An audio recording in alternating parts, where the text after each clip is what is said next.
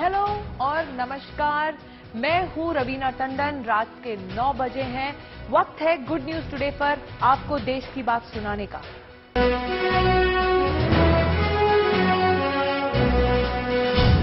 कुछ लोग अनोखे होते हैं, वो अपने आसपास अलग सी दुनिया बसा लेते हैं। उनकी ये दुनिया लोगों को हैरत में डालती है और ये होता है शौक की वजह से। जिन लोगों में अपने शौक को पूरा करने का जुनून होता है, वो दूसरों से अलग बन जाते हैं। आज देश की बात में आपको ऐसे ही लोगों की अनोखी कहानियां दिखाती हूं।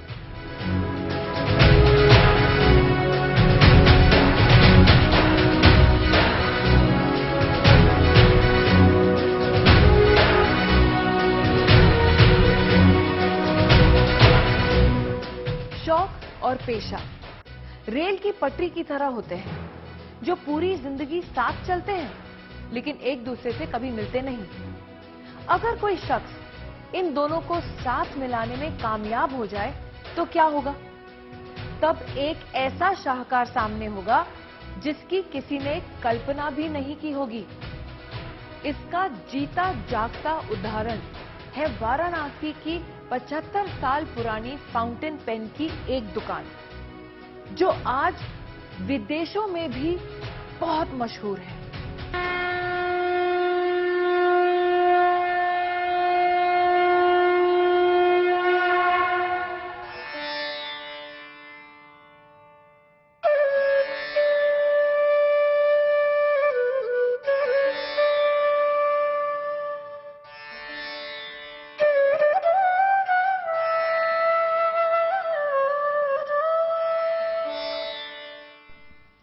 गंगा किनारे वाला, पान बनारस वाला, तंग गलियों में जिंदगी के मायने समझाने वाला मस्त मलंग शहर बनारस, जिसका हर कोना एक अतरंगी रंग से सराबोर रहता है। शहर के सबसे व्यस्त बाजार गुदौलिया की इस दुकान में पहुंचते ही इसका एहसास हो जाएगा। लगेगा कि आप किसी और दुनिया में। यह फाउंटेन पेन की दुनिया है, छोटी लेकिन बेहतरीन, एक से बढ़कर एक। कुछ ऐसे कलम जिसके बारे में सुना होगा तो देखा नहीं होगा, देखा होगा तो इसके बारे में जानते नहीं होंगे। 1,18,000 का बोबला का स्पेशल एडिशन, इटली की कंपनी डेल्टा की डोल्चे विटा, जिसकी निब 18 कैरेट गोल्ड से बनी होती है। ब्रिटेन के पूर्व प्रधानमंत्री विंस्टन चर्चिल को समर्पित शेफर्स कंपनी का पेन, जिसे देखने दूर दूर से लोग आते हैं। ये बॉल पेन की तरह एक रिट्रैक्टेबल फाउंटेन पेन है, जिसको बॉल पॉइंट की तरह आप ऐसे प्रेस करते हैं। बॉल पॉइंट की तरह इसको निकाल सकते हैं। हाँ जी, बिल्कुल। निब को जी बिल्कुल, इसको निब निकालने के लिए आपको प्रेस करना है, जैसे आप बॉल पॉइंट को प्रेस करते हैं। और इसी तरह ये फीचर, मतलब इसमें कैप नहीं है, इसलिए इस मॉडल का नाम कैपलेस है। बिल्कुल, और 18 कैरेट की गोल्ड निब होती है। और ये एक्चुअली 50 साल पुराना मैकेनिज्म है, बट आज भी ये नए जैसा ही महसूस होता है जब आप इसे पहली बार देखते हैं।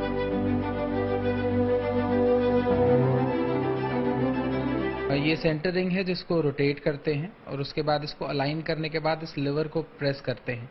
इंक बॉटल में डिप करके आप 5 प्रेस देते हैं और उसके बाद इंक भर जाती है। फिर इसको लॉक करने के लिए आप इस रिंग को वापस से रोटेट कर देते हैं, जिसके बाद इसको प्रेस नहीं किया जा सकता, बिकॉज ये एक्सटर्नल है, गलती से प्रेस होकर के इंक बाहर आ सकती है। तो इसको लॉक कर दिया जाएगा, तो इसके बाद ये बिल्कुल आप लिख सकते हैं और ये इंक ड्रॉप डाउन नहीं करेगा।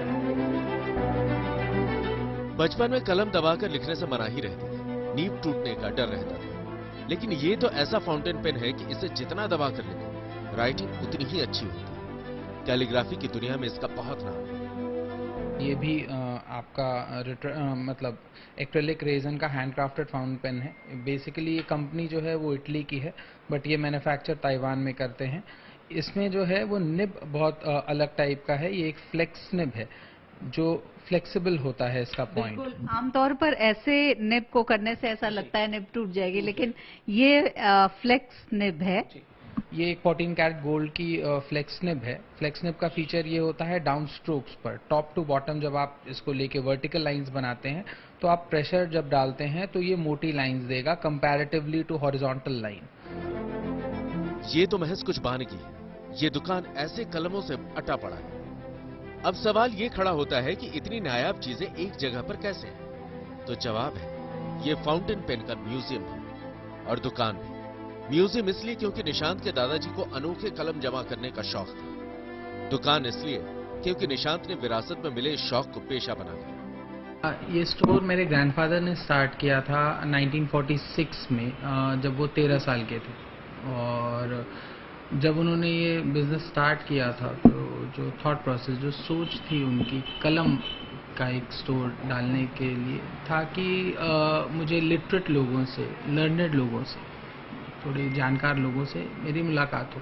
सिर्फ ये थॉट प्रोसेस उन्होंने लेकर के एक पेन का स्टोर तब डाला था। और आज हम 3 जनरेशंस, ऑलमोस्ट 75 इयर्स हमें कंप्लीट हुए हैं इस साल, तो हम लोग कर रहे हैं। निब वाली पेन का इतिहास काफी पुराना है। एक समय था जब इसके बिना दिन काटना मुश्किल होता था, लेकिन बदलते वक्त के साथ जरूरत की ये चीजें शौक तक सीमित रह गई। लेकिन शौक बड़ी चीज है और फाउंटेन पेन के शौकीन इस दुकान में दूर दूर से आते हैं। फाउंटेन पेन्स का एक अलग मार्केट है और इसके कस्टमर्स, बहुत लोग बहुत शौक रखते हैं और इसे शौक से खरीदते हैं और इस्तेमाल भी करते हैं। प्लस गिफ्टिंग के लिए भी बहुत अच्छा एक यूनिक गिफ्ट, यादगार रहता है। बिल्कुल एक यादगार चीज है। अगर जो इस्तेमाल करते हैं उनके लिए तो बहुत अच्छा गिफ्ट है, जो इस्तेमाल नहीं भी करते वो बहुत शौक से रखते हैं फाउंटेन पेन। ये जगह इतनी ही पुरानी है जितनी देश की आजादी। आगाज निशांत के दादाजी ने किया था, आज पोते इसे आगे बढ़ा रहे हैं। सोचिए, इतनी पुरानी दुकान में कलम के कौन से शौकीन आए होंगे। तो सुनिए, यहां देश के पहले राष्ट्रपति राजेंद्र प्रसाद भी आ चुके हैं और उत्तर प्रदेश के पूर्व मुख्यमंत्री भी। डॉक्टर राजेंद्र प्रसाद को यहाँ से पेन दी गई है। डॉक्टर राजेंद्र प्रसाद ने यहाँ की, मेरे यहाँ पहले मैन्युफैक्चर हुआ करती थी हैंडक्राफ्टेड पेन एबोनाइट की, तो हमारे यहाँ का manufacture pen doctor Rajendra Prasad ji ने डॉक्टर इंदिरा गांधी जी को गिफ्ट किया है। और रॉयल फैमिलीज, जैसे आप बनारस की रॉयल फैमिली लें, नेपाल की रॉयल फैमिली लें, वहाँ पर पेन्स हमारे यहाँ से गए हैं। और फाउंटेन पेन्स जिनको सर्विसिंग की भी जरूरत पड़ती है, तो वहाँ के पेन सर्विस होने भी हमारे यहाँ आते हैं। विरासत, शक्ल, कीमती और ऐतिहासिक, इन सारी चीजों को एक साथ रखा जाए तो तस्वीर कुछ ऐसी होगी, इस दुकान जैसी। तभी इसे आज बनारस की धरोहर का नाम दिया जाता है। हमें कुछ अलग चीज चाहिए तो वो फाउंटेन पेन में ही है। और यहाँ इनके पास ऐसी ऐसी वैरायटी है जो अब लगभग मिलना बंद हो गई है। तो फाउंटेन पेन ही बेस्ट ऑप्शन है और ये एक बनारस की, एक समझ लीजिए एक तरीके से धरोहर ही है।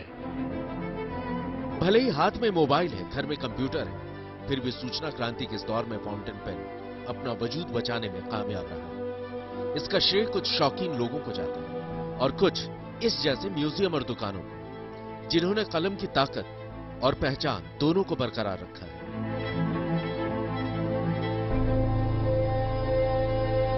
पेन की ताकत तलवार से भी ज्यादा है, ऐसा तो हम बचपन से ही सुनते आए हैं। नामचीन हस्तियों के पेन से कई बड़े और अहम फैसले लिखे गए हैं। अनजाने ही इस बात का गवाह बनारस का ये पेन म्यूजियम है। इंदिरा गांधी और डॉक्टर राजेंद्र प्रसाद जैसी हस्तियां भी पेनको के फाउंटेन पेन से लिख चुकी हैं। आज के डिजिटल युग में भी पेनको की साख बनी हुई है। वक्त को कोई नहीं रोक सकता, लेकिन खास समय से जुड़ी यादें उस पल को दिमाग में हमेशा के लिए कैद कर लेती हैं, जिसे हम जब चाहें ख्वाबों में महसूस कर सकते हैं। लेकिन उत्तर प्रदेश के मेरठ में एक घर के कमरे में सैकड़ों साल पुरानी यादों को समेट दिया गया है।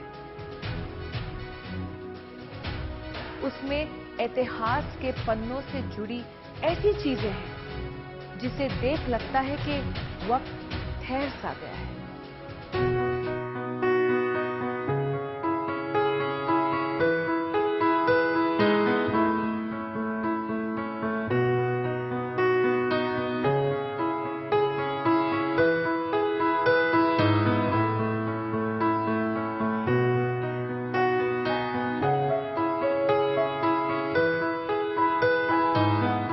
ये कमरा नहीं, एक टाइम मशीन है जिसके अंदर जाते ही लोग खुद को एक अलग दुनिया में पाते हैं, जहां 1880 से लेकर 2022 तक की तमाम चीजें रखी हैं। 100 साल पुराने सिक्के, अंग्रेजों के जमाने के दुर्लभ डाक टिकट, रुपए, सिक्के और कई सारे एंटीक आइटम्स, यहां तक कि 18वीं सदी की ईंटें भी।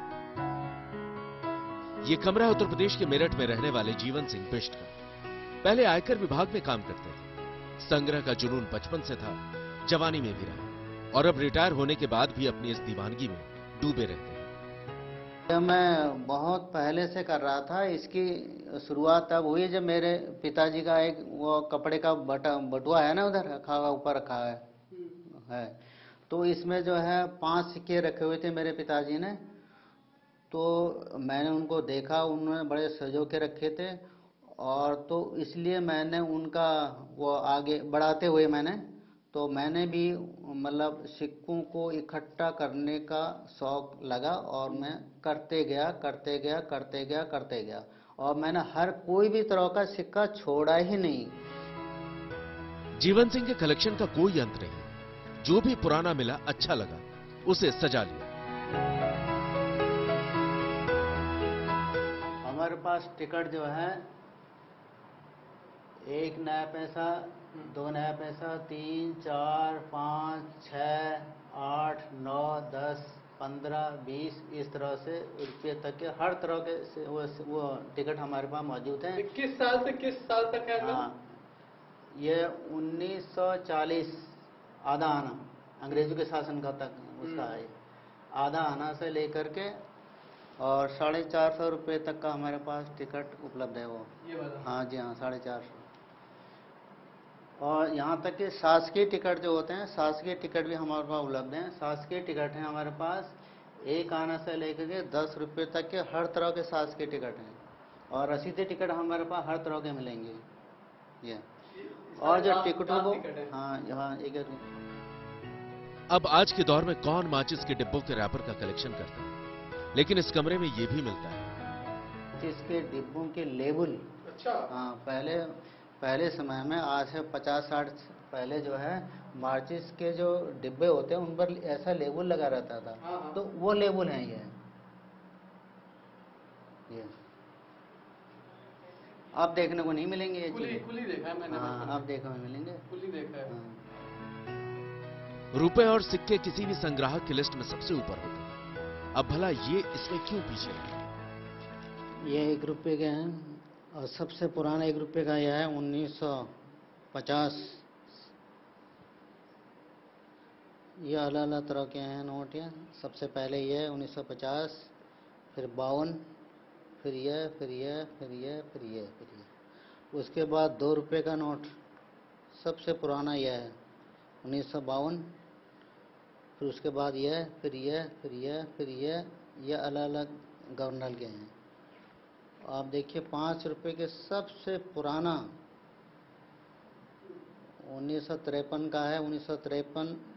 उसके बाद यह, फिर उसके बाद यह, और फिर यह, और यह 10 रुपये का सबसे पुराना नोट बेहतरीन स्थिति में है। उसके बाद यह है, फिर यह उसके हैं। 13,000 तरह के डाक टिकट, 72 तरह के पोस्ट कार्ड, 900 तरह के कलम, 1955 से लेकर अभी तक की ताश की गड्डी। इस संग्रह का कोई अंत नहीं। जीवन से जुड़ी हर वस्तु के लिए संग्रहालय में जगह है। लेकिन इन सबसे परे एक चीज ऐसी है जो जीवन सिंह बिष्ट के निजी जीवन से जुड़ी, जो अद्भुत और अतुलनीय है, और वो है ये 8 किलोग्राम का भारी भरकम पत्र जो इन्होंने अपनी पत्नी को लिखा था। 1999 की यह चिट्ठी 2 महीने 3 दिन में लिखी गई थी। मैं अपनी पत्नी से 450 किलोमीटर दूर रहता हूँ, और उसी याद में मैंने यह प्रेम पत्र लिखना शुरू किया। इसमें मैंने सबसे पहले अपनी आत्मकथा, और उसके बाद भारत के 25 प्रांतों और 5 केंद्र शासित प्रदेशों की जानकारी लिखी है, और पाताल, पृथ्वीलोक और ब्रह्मांड 3 लोगों की जानकारी लिखी है। इसके अलावा 210 देशों की जानकारी भी लिखी है इसमें। और जब यह पत्र मैं लिख ही रहा था तो उस समय कारगिल युद्ध शुरू हो गया था वहाँ लद्दाख में। तो मेरे दिमाग में वही घुस गया, फिर मैंने वही लिखना शुरू कर दिया। इस कमरे में कुछ ऐसी चीजें हैं जिसे आज की पीढ़ी ने देखा तक नहीं होगा, और कुछ ऐसी भी है जिसे लोग भूल चुके हैं। लेकिन जीवन सिंह की एक ही इच्छा है, इनकी मेहनत को सभी लोग, खास तौर पर नई पीढ़ी, हमेशा याद रखे। तो इसको देखते हुए मैं कहना चाहता हूँ कि इसको दुनिया देखे, और ख़ास तौर पर जो हमारी नई पीढ़ी है तो वो बहुत इच्छुक रहती है ऐसी चीज़ों को देखने के लिए, जो चीज़ कभी उन्होंने देखा नहीं, सुना तो होगा, देखा नहीं। अगर देखा है तो सामूहिक रूप में इतना सारा नहीं देखा होगा, लेकिन जो हम तो एकदम साथ दिखा रहे हैं ना उनको, उस समय की घटनाओं को देखते हैं, उस समय चीज़ों को देखते हैं, जो समय निकल चुका है, जो समय में वो पैदा ही नहीं हुए थे, वह समय के मेरे पास सिक्के हैं, नोट हैं और एंटीक चीज़ें हैं। तो उनको देखने के लिए नई पीढ़ी जो है इच्छुक बहुत है। मैं उन्हीं को दिखाना चाहता हूँ। समय को कोई नहीं रोक सकता, भला वक्त के पहिए को आज तक कौन थाम पाया। एक आम शख्स ने बस बीती जिंदगी के कुछ पल चुराकर इस कमरे में कैद कर रखा है, जहां कुछ समय गुजारने के बाद इंसान खुद को बीते जमाने में महसूस करता है।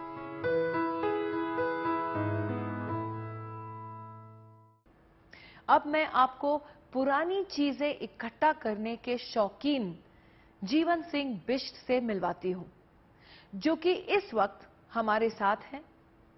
नमस्कार जीवन सिंह जी, स्वागत है आपका गुड न्यूज टुडे पर। जीवन जी, एंटीक चीजों को जमा करने का शौक कहां से आया?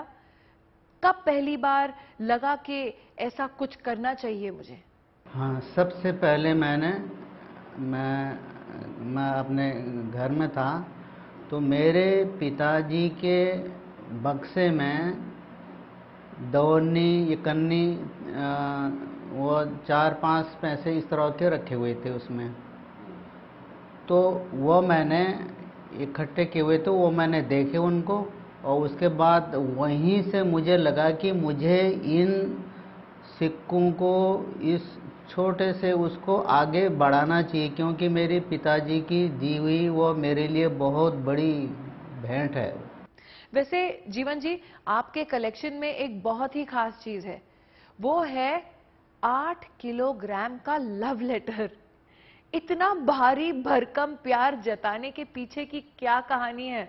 इसके पीछे यह है कि जैसे कि आज से 20 साल पहले पत्र व्यवहार हुआ करते थे। पहले इतना हाई फाई ज़माना नहीं था, पत्र व्यवहार से ही चिट्ठियों के आदान प्रदान होती थी। आसल कुशल इसी के माध्यम से ही मतलब पता चलता है कि मतलब ठीक है, क्या है, कैसा है, क्या परेशानी क्या है, उसके वजह से हमें प्राप्त होता था। तो उस समय मैं मेरठ में था और मेरी पत्नी यहाँ से 450 किलोमीटर दूर अल्मोड़ा भिक्यासैन के ग्राम चापड़ में रहती है। तो उसको मैंने अपना मतलब एक चिट्ठी के द्वारा एक माध्यम बनाया कि मैं यहाँ पर क्या कर रहा हूँ और दुनिया में क्या हो रहा है, और मतलब हमारे भारत के बारे में, प्रदेशों के बारे में, पूरे 3 लोगों की जानकारी मैंने उसमें लिखी है। ब्रह्मांड, पाताल, तो हर चीज़ की जानकारी लिखी है, प्रदेशों की जानकारी लिखी है, भारत की जानकारी लिखी है, दुनिया के 210 देशों की जानकारी मैंने इसमें लिखी है। इस पत्र लिखने के दौरान भारत में 3 बड़ी बड़ी घटनाएं घटी थी, उसका भी हमने उल्लेख किया है उसका। तो इस तरह से मैंने जो है हर चीज़ लिखने की कोशिश की, यहाँ तक कि अपनी आत्मकथा में सब कुछ लिखा मैंने उसको में। ये एंटीक कलेक्शन को लेकर आमतौर पर माना जाता है कि ये काफी खर्चीला काम है। कई लोग शौक होने के बाद भी खर्च के बारे में सोचकर इसके लिए आगे नहीं जाते। ऐसे लोगों को क्या संदेश देना चाहेंगे आप? हाँ बिल्कुल, मैं चाहता हूँ कि अगर पुरानी वस्तुओं का, एंटीक चीज़ों का कलेक्शन किया, जैसे टिकटों का है या स्वतंत्रता सेनानी, हमारे पास कम से कम 500 स्वतंत्रता सेनानियों के दुर्लभ चित्र लगे हुए हैं सामने, तो उससे हमें प्रेरणा मिलती है।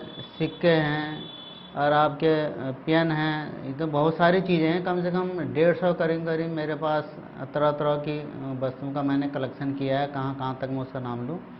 तो मैं यही कहना चाहता हूँ कि मैं जो भी कर रहा हूँ तो इसको जो है हमारी नई पीढ़ी आके देखे, समझे और उससे कुछ सीखे, कुछ उससे कि हमारे से जब हम पैदा भी नहीं होंगे तो उस समय से आगे की दुनिया कैसी होगी, वह दुनिया जानने के लिए मैं उनको प्रेरित करता हूँ और वह रुचि लें और देखें इस चीज़ को।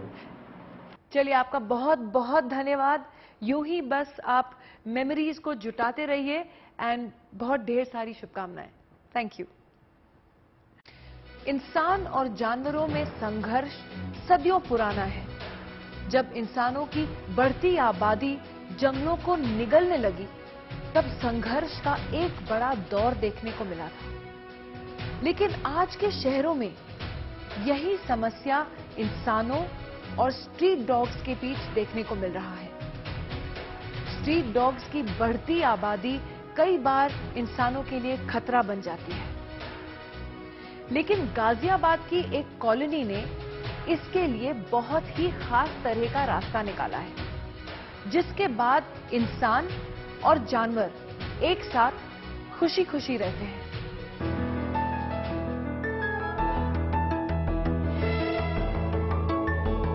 सोसाइटी के डॉग्स बहुत फ्रेंडली हैं। मैं उनको खाना भी खिलाती हूँ, वो हमें बाइट नहीं करते हैं। तो अगर आप इनके साथ अच्छे से रहेंगे तो आपको काटेंगे भी नहीं और इनसे अच्छा व्यवहार करें। इनका नाम मर्सी, मैंगो और ऐसे मैंने इनको नाम दे रखे हैं और ये बहुत अच्छे हैं, फ्रेंडली भी हैं।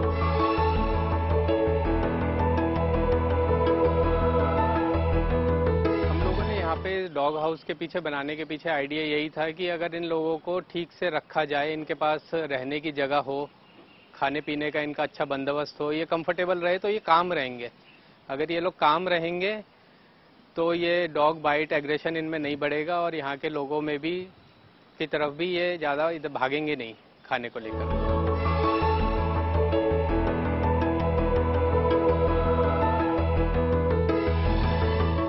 मैं पेट लवर भी रहा हूँ और यहाँ पे मैं सारा प्रबंधन भी देखता हूँ, यहाँ का महाप्रबंधक भी हूँ। तो यहाँ पे भी प्रॉब्लम थी आज से 3 साल पहले काफ़ी ज़्यादा डॉग बाइट्स को लेकर, डॉग एग्रेशन को लेकर। तो इसीलिए उसी का सुझाव समाधान करने के लिए आइडिया आया था कि अगर इस तरीके से इनको ठीक से रखा जाए, क्योंकि हम इन्हें यहाँ से निकाल नहीं सकते, तो हमने एक मिडल वे ऐसा बनाया कि जिसमें इनको भी खाना ठीक से मिले, ये काम डाउन रहे, इनको कोई परेशान ना करे, इनको टाइम से अगर खाना मिलेगा, कंफर्टेबल रहेंगे, रहने की जगह होगी, तो ये अटैकिंग मोड में नहीं रहते। एग्रेसिव होते हैं तभी अटैकिंग मोड में रहते हैं।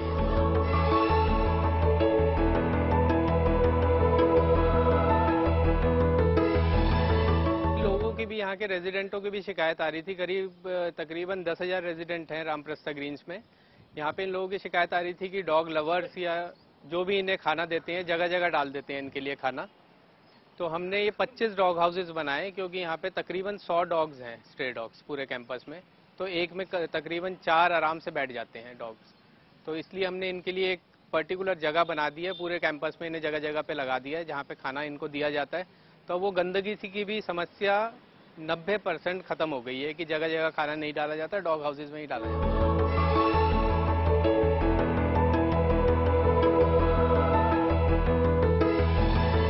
2-3 महीने तक इसमें कोई भी डॉग आए नहीं, इसके आसपास भी नहीं आए, पर धीरे धीरे लोगों ने यहीं पर ही खाना देना शुरू करा, यहाँ के रेजिडेंटों ने। तो फिर इन्होंने इसे अडॉप्ट कर लिया एज अ डॉग शेल्टर।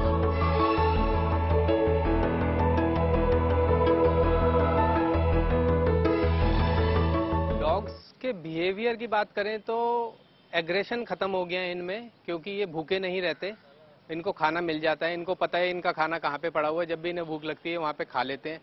अगर इन्हें बारिश या ठंड से बचना होता है तो ये अपने शेल्टर में आ जाते हैं। तो इस तरह से ये इनका एग्रेशन में बहुत कंट्रोल हुआ।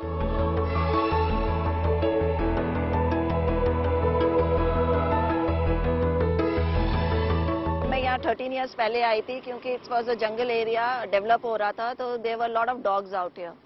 तब मेरे को समझ नहीं आया कैसे हैंडल करना है। देन धीरे धीरे what I started with 3 dogs. मैंने उनका स्टेरिलाइजेशन करना चालू किया और उनको साथ में खाना भी देना चालू किया, क्योंकि बिकॉज खाना नहीं था तो यहाँ पे ह्यूमन और एनिमल्स में कन्फ्लिक्ट बहुत होता था। फिर धीरे धीरे आई स्टार्टेड ऑफ, और आज की डेट पे देयर आर 200 एनिमल्स जिनको मैं फीड करवाती हूँ। और मैं बस लोगों को यही कहना चाहती हूँ कि ये जो they are actually community dogs, they are called community dogs जो इस एरिया में होते हैं। तो इनको हमें हम जैसे लोगों को उनको फीड करवाना इट्स वेरी इंपॉर्टेंट, जिससे ह्यूमन और एनिमल्स में कन्फ्लिक्ट ना हो।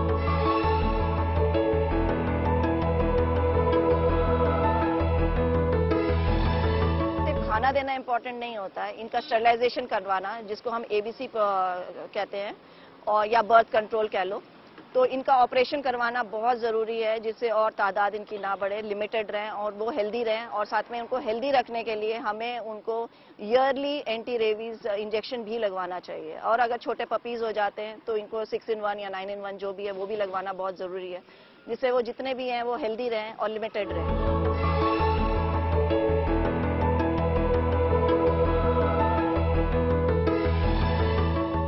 एरिया का एक बहुत अच्छी बात है कि यहाँ पे डॉग हाउसेस बना दिए गए हैं, जिसकी वजह से अगर आप रात में आके देखोगे ये डॉग हाउसेस में ही मिलेंगे।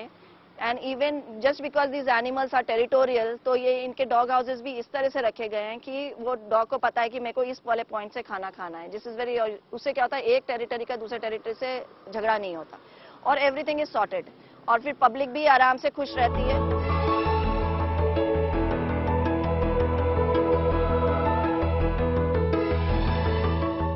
एंगल से बहुत बढ़िया काम है। डॉग हाउस जैसी हमारे ख्याल से इतना अच्छा कॉन्सेप्ट है, इसकी तारीफ पहले भी हुई है और शायद हमारे ख्याल से इसका विस्तार भी करेंगे भास्कर जी जहां जरूरत पड़ेगी। और ख़ास तौर पे सर्दियों में, बारिश में कुत्तों के लिए आसरा मिल रहा है यहाँ पर, ये बहुत अच्छी बात है।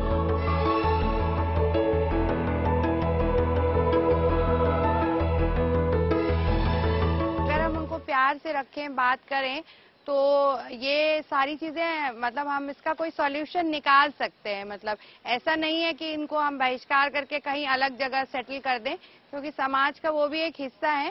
तो जैसे हम अपने घर के बच्चों को पालते हैं, इनको भी बच्चों की तरह ट्रीट करें। तो बाकी हमारे रामप्रेस में इनके लिए डॉग हाउसेस बने ही हैं। अर्चना मैम है जो इनका टेक केयर बहुत अच्छे से करती हैं, वैक्सीनेशन वगैरह, खाने वाने का पूरा ध्यान रखती हैं। तो एज अ फैमिली मतलब ये यहाँ पर ट्रीट किए जाते हैं, जो अपने आप में मतलब मेरी राय में एक मिसाल है और हर जगह यही प्रैक्टिस होनी चाहिए। मतलब हम उनको समाज का एक हिस्सा मान के उनको रख रखाव अच्छे से करें। अयोध्या को श्री राम की नगरी के तौर पर पूरी दुनिया में जाना जाता है। जहां श्री राम की जन्मभूमि है, राम कथा से जुड़ी कई निशानियां हैं। उसी अयोध्या में एक बैंक है। अब आप कहेंगे कि अब हम बैंक का जिक्र क्यों कर रहे हैं? इसकी वजह यह है, बैंक का जुड़ाव भी भगवान श्री राम के नाम से है। इस बैंक में राम का नाम जमा होता है, खाता भी खुलता है, पासबुक भी जारी होती है, और तो और राम के नाम का लोन भी मिलता है। ये एक इंटरनेशनल बैंक है जिसकी पूरी दुनिया में 136 ब्रांचेस हैं और हेडक्वार्टर्स अयोध्या में है। तो चलिए आज आपको राम नाम के इस बैंक की बैलेंस शीट दिखाते हैं।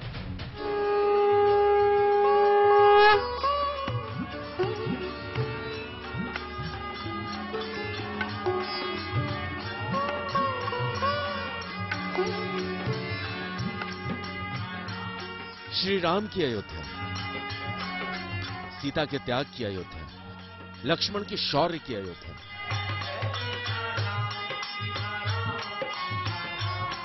जहां के सरयू घाट पर आज भी राम कथा कलकल बहती है।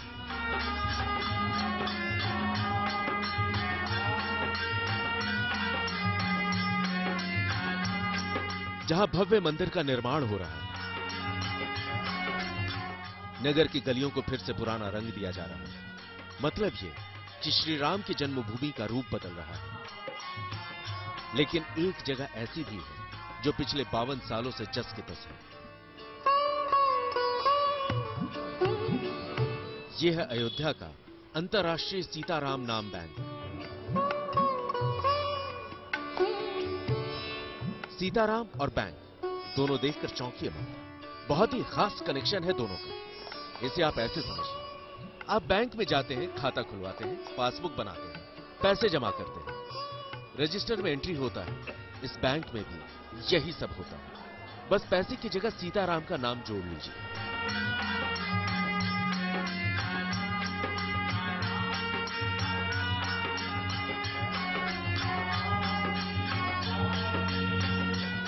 धन तो है जी, राम ना मतलब मीराबाई ने कहा है ना, राम रतन धन पायो, पायो जी मैंने राम रतन धन पायो, तो धन ही है। कबीरदास जी ने कहता है कबीरा सब जग निर्धना, धनवंता नहीं कोई, धनवंता सोई जानिए, जाके राम नाम धन होय। तो ये तो धन ही है, हम लोग तो इसको अक्षय नाम राशि कहते हैं। पूरे देश ही नहीं, दुनिया के खाता धारक बैंक से मिली खास तरह की कॉपी पर सीताराम लिखकर पिछले 52 सालों से जमा करते आ रहे हैं। 24 नवंबर 1970 को अयोध्या में सीताराम नाम बैंक की स्थापना की गई। वर्तमान में श्री राम जन्म ट्रस्ट के अध्यक्ष महंत नृत्य गोपाल दास ने यह पहल की। अभी इस बैंक में 28,000 से ज्यादा लोगों के खाते हैं और इसका काम पूरी तरह प्रोफेशनल बैंक की तरह होता है। 15,500 करोड़ सीताराम नाम धन संग्रह है। आपने जो देखा होगा पहाड़ जैसे कापियां संग्रहित है उसमें, और उसका हम लोग रजिस्टर से मेंटेन करते हैं किस दिन कितना संख्या आती है, तो उसका रिकॉर्ड रखते हैं। इस तरह हमारा शुरू से ये मतलब जब से बैंक खुला है तब से उसका रिकॉर्ड रखते हैं। पासबुक जैसे सीताराम नाम लिखने वालों को 5 लाख सीताराम सीताराम जो लिख करके जमा करते हैं उनके नाम से खाता खोलते हैं, पासबुक देते हैं। और यहाँ से इस तरह की निःशुल्क कापी दी जाती है। जो लोग निःशुल्क कापी लेना चाहते हैं कापी ली जाती है। और जो पासबुक है ना, जैसे 5 लाख सीताराम नाम लिख कर जमा करते हैं उनको इस तरह से पासबुक दिया जाता है। पासबुक। अब कोई ये पूछ सकता है कि ऐसे बैंक की जरूरत क्या है, तो बस ये समझ लीजिए ये अच्छे कर्मों का बैंक है जहां पुण्यों का खाता मेंटेन किया जाता है। दरअसल श्री राम जन्मभूमि की नगर में पूरी दुनिया से लोग आते हैं, मन्नत और पूजा के तौर पर कॉपी पर सीताराम लिखकर शुरू से लाते रहे। मंदिरों में इसे संभालना मुश्किल हो रहा। तब महंत नृत्य गोपाल दास ने पहल करके इस बैंक की स्थापना की। आज यहाँ खाता खुलवाने के लिए 5 लाख सीताराम का नाम जमा करना पड़ता है। जैसे रजिस्टर है तो हम लोग ये तो खैर ये दक्षिण भारत का ये इसलिए अंग्रेजी में रखे हैं क्योंकि वो लोग अंग्रेजी में पत्राचार करते हैं ना, तो अंग्रेजी से हम मतलब ये है। तो यहाँ रजिस्टर इन लोग जमा करने वाले का इस तरह से खाता खुलता है, इस तरह ये रजिस्टर में खाता खुलता है। और पासबुक इस तरह से देते हैं 5 लाख। जैसे किसी ने जमा किया 11,000 मान लीजिए सीताराम नाम लिखकर, उसके बाद जो दोबारा आएंगे तो 11,000 के बाद से ही उनका वो काउंट हो। जैसे किसी ने मान लीजिए 1 लाख जमा किया तो 5 लाख तो हुआ नहीं तो खाता नहीं खोलते हैं, तो पहले किस्त में 1 लाख में हम लोग कापी में लिख करके दस्तखत करके दे देते हैं। इस तारीख को 1 लाख जमा हुआ और फिर दोबारा ऐसा 5 लाख का जब पूरा संग्रहित हो जाता है उस भक्त के नाम से फिर खाता खोलते हैं। खाता खोलते हैं मतलब यहाँ के स्थायी सदस्य हो जाता है। वो इस तरह का उसको प्रमाण पत्र भी देते हैं, इस तरह का स्थायी सदस्यता प्रमाण पत्र। जो लोग 5 लाख लिख करके जमा करते हैं ना उनको इस तरह का स्थायी सदस्यता प्रमाण पत्र देते हैं। लोग ये जानकर हैरत में पड़ जाते हैं कि एक अंतर्राष्ट्रीय बैंक है। भारत समेत 40 से ज्यादा देशों में अयोध्या के सीताराम नाम बैंक की 136 शाखाएं। ये भी जरूरी नहीं कि राम का नाम हिंदी या संस्कृत में ही लिखा जाए। अंग्रेजी, उर्दू, अरबी, फारसी, तेलुगु, तमिल, मराठी हर भाषा में लिखी कॉपियां यहाँ जमा होती हैं। और हमारे जो कॉपियां हैं विदेशों से भी आती है, प्रवासी भारतीय है ना, जैसे लंदन में है, फिजी में है और मॉरिशस में है और क्या है थाईलैंड, चीन, चाइना वगैरह अरब देश में प्रवासी भारतीय गए हैं। उन लोग लिख करके वहाँ से भी भेजते हैं, अमेरिका से भी कापियाँ आती है। और इस तरह हमारा 6 मतलब अभी कुल मिला करके शाखा बैंक है, करीब 136 शाखा बैंक है। सभी भारत में है लेकिन 6 शाखा बैंक हमारा विदेश में है। इन दिनों अयोध्या को सजाया जा रहा है, संवारा जा रहा है। भव्य मंदिर का निर्माण चल रहा है, जिसे देखने के लिए रोज सैकड़ों की तादाद में लोग आते हैं। जो राम जन्मभूमि आते हैं, वो इस बैंक में भी जरूर आते हैं। लोगों ने जब हम लोग छोटे थे तो हम लोग के मोहल्ले में बुक्स मिलती थी, तो हम लोग उसको जमा कर करके दो बुक 3 बुक हम लोग घर पे सब लोग उसको लिख लिख के जमा करते थे। तो हम लोग एक्चुअली वही देख रहे थे कि ये तो मतलब लग रहा है बहुत ही ज़्यादा क्वांटिटी में, कई करोड़ों में बुक्स यहाँ पे रखी हुई हैं। हम लोगों ने भी लिख के जमा कर रखी थी, तो काफ़ी मतलब आश्चर्य करने वाली बात है। तो बहुत ज़्यादा बुक्स हैं और ये दिखाता है कि हाँ मतलब आज भी लोग ऐसे हैं जो राम से जुड़े हुए हैं और जो है हमारी संस्कृति से जुड़े हुए हैं। ये आस्था का एक नया रंग है। श्री राम और सीता की उपासना का एक रूप है। खास बात यह है कि बिना किसी प्रचार के ये संस्था पूरी दुनिया में फैल चुकी है, जो बताती है कि सनातन धर्म की जड़ें कितनी मजबूत हैं। इस वक्त हमारे साथ राम नाम के इस अनोखे बैंक के हेड पुनीत मोहन दास जुड़े हैं। पुनीत जी, आपका स्वागत है गुड न्यूज टुडे पर। पूरी दुनिया में ऐसा कोई बैंक नहीं है जहां आप अपने पुण्यों को जमा कर सकें। अयोध्या इसकी एक मिसाल है। पुनीत जी, एक ऐसा बैंक होना चाहिए, इसका ख्याल कब और कैसे आया आपको? इस दुनिया में बहुत सारे बैंक हैं, लेकिन वहाँ पर जैसे state bank of India, central bank of India, bank of Baroda इत्यादि बहुत सारे बैंक हैं। यहाँ पर तो रुपए पैसे जमा होते हैं, लेकिन यही आश्चर्य की बात है कि हमारे यहाँ जैसे अंतर्राष्ट्रीय सीताराम नाम है, यहाँ पर भगवान नाम का बैंक है। यहाँ पर सिर्फ भगवान नाम लिखाया जाता है, सीताराम सीताराम, राधे श्याम राधा कृष्ण, ये इस तरह के भगवान नाम जिसमें निष्ठा हो उनका नाम लिखाया जाता है। इसलिए लिखवाया जाता है क्योंकि इससे पुण्य मिलता है। जैसे मंदिरों में जाने से भगवत विग्रहों का दर्शन करने से पुण्य मिलता है, उसी तरह से सीताराम नाम के लिखने से पुण्य मिलता है, अक्षय पुण्य मिलता है, ये जो कि हमारे दोनों लोग के लिए काम आता है, लोक परलोक दोनों के लिए। इस लोक में जो ऐसे भगवान नाम का जो संग्रह करते हैं हमारे बैंक पे, उनका कल्याण होता ही होता है, साथ ही साथ परलोक में भी उनका कल्याण होता है। वैसे कहते हैं कि इस बैंक से राम नाम का लोन भी दिया जाता है, ये क्या है और ये कैसे काम करता है? हाँ, बैंकों में बहुत से बैंक हैं जहाँ पर ऐसे लोन देने की पद्धति है। उसमें क्या होता है, जैसे आप 1.25 लाख सीताराम नाम का एक लोन के रूप में देते हैं, माने उनको एक प्रकार से उधारी में देते हैं।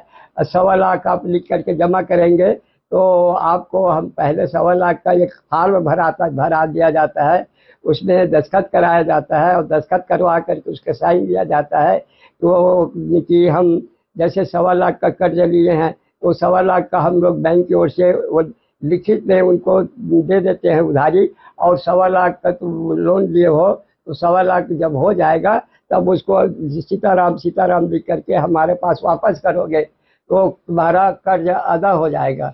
ये इस तरह का लोन के विधान से भी दिखाया जाता है।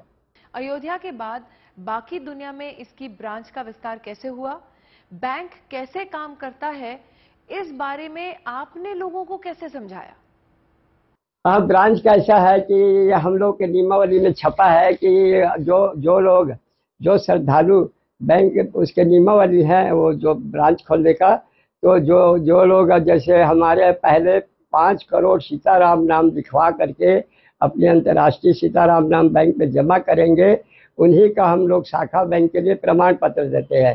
तो एक तो शाखा बैंक के लिए एक प्रमाण पत्र दिया जाता है और उनको अधिकार दिया जाता है कि हम लोग जैसे आप जैसे यानी छोटे रूप में, हमारा बृहद रूप है, आप अपने छोटे रूप में आप भी इसी हम लोग जैसे पासबुक देते हैं, 5 लाख सीताराम लिखने पर उनका अकाउंट खुलता है। जो पासबुक देते हैं उनको भी कहते हैं कि आप भी इसी तरह से पासबुक दीजिए, और 1.25 लाख 5 लाख हो जाने पर ये जो एक प्रमाण पत्र देते हैं स्थायी सदस्यता का, तो वो प्रमाण पत्र भी उनको देते हैं। एक रजिस्टर दे देते हैं जिसमें 108 आदमी का खाता खोलने का उसमें विधान है। आपका बहुत बहुत धन्यवाद जयराम जी की पुनीत जी।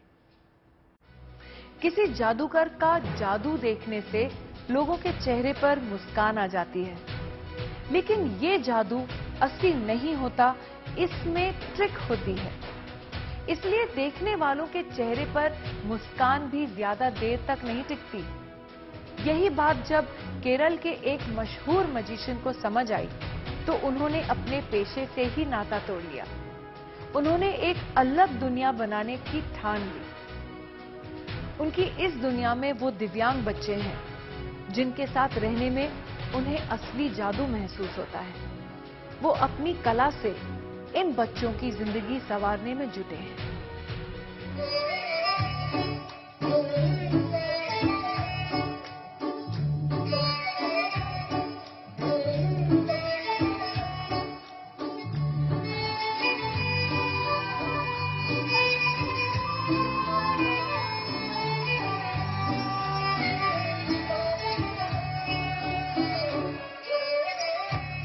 कोई सुरीली तान छेड़ता है,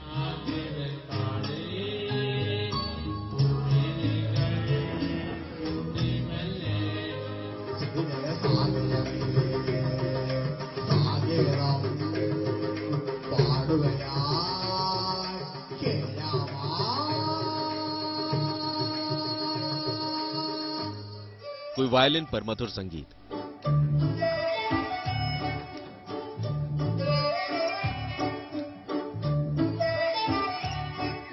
किसी को रंगों की कलाकारी आती है तो किसी को शास्त्रीय संगीत।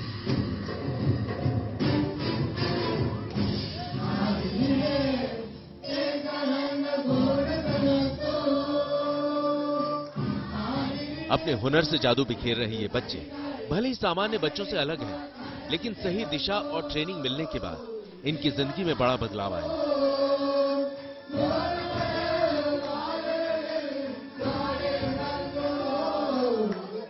ये बदलाव केरल के मशहूर जादूगर गोपीनाथ मुथुकड की वजह से है।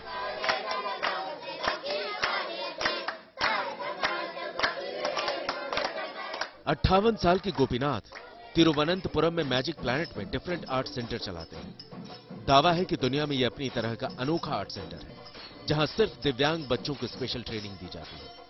ये गोपीनाथ की ट्रेनिंग का ही जादू है कि आज ये बच्चे गाने बजाने से लेकर पेंटिंग और डांस में अपनी प्रतिभा दुनिया को दिखा रहे हैं।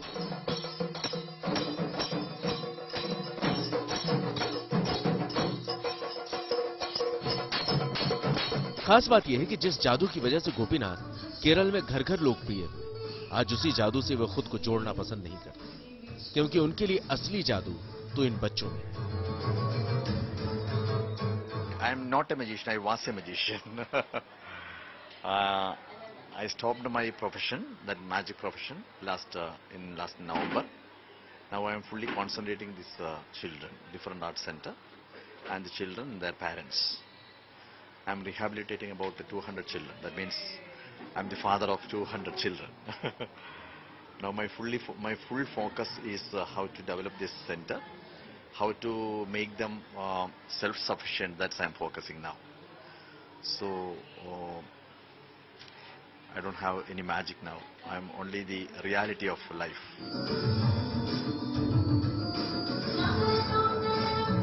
गोपीनाथ बड़े मिशन पर काम कर रहे हैं। वो डिफरेंट आर्ट सेंटर को एक ऐसा वर्ल्ड क्लास आर्ट सेंटर बनाना चाहते हैं जहां मानसिक रूप से कमजोर बच्चों को अपनी प्रतिभा निखारने का मौका मिले और वो उसे दुनिया के सामने दिखा सके। गोपीनाथ की अगुवाई में चल रहे इस सेंटर में हर कोई इन बच्चों को बेहतर बनाने की कोशिश करता है ताकि वो अपने पैरों पर खड़े होकर एक सार्थक जिंदगी जी सके।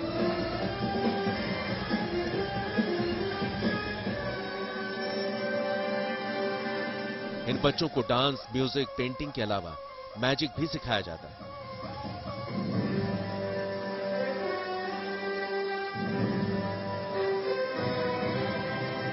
गोपीनाथ बताते हैं कि जो बच्चे पहले कभी कोई हरकत तक नहीं किया करते थे, उनमें भी इस ट्रेनिंग के बाद बड़ा बदलाव देखने को मिल रहा है। This is the first attempt we are trying through this different art center. We are training the magic, the art of magic. Magic, the art of magic has a speciality that it will develop their IQ, EQ, everything. We believe like that. So we started 4.5 years back. Started this 4.5 years back to train these different arts, differently abled children through magic forms. And this center started in 2019. We are training them not only magic but music, dance, this arts. All the pictures are drawn by them, and all the art forms are training through this different art center now. And this Child Development Center and ICONS, both are government organizations, government agencies. They conducted a research, a study on these children, what's happening to them. And comparing to the pre-assessment and the final assessment, they found that their IQ, EQ level developed like anything, and the disability percentage is decreased like anything. So that's first of its kind is happening like.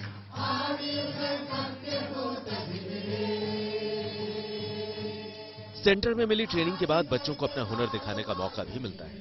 इसके लिए समय समय पर art festival कराए जाते हैं, जिसमें बड़ी संख्या में लोग आते हैं। इन बच्चों की जादूगरी को देखने के बाद लगता है कि डिफरेंट आर्ट सेंटर किसी जादुई दुनिया से कम नहीं। जो बच्चे ठीक से बोल और सुन नहीं सकते, वो लोगों के चेहरे पर मुस्कान बिखेरने का काम कर रहे हैं। गोपीनाथ भी यही चाहते हैं कि ये बच्चे किसी पर निर्भर रहकर नहीं, बल्कि अपने दम पर जिंदगी जिए। इसके लिए गोपीनाथ जल्द ही एक यूनिवर्सल एम्पावरमेंट सेंटर शुरू करने की तैयारी में है, जो कि इन बच्चों को आत्मनिर्भर बनाने में मदद करेगा, ताकि वो अपने परिवार के लिए रोजी रोटी भी कमा सकें। आज के लिए बस इतना ही। कल रात 9 बजे गुड न्यूज टुडे पर फिर आऊंगी देश की बात सुनाने। तब तक के लिए इजाजत दीजिए।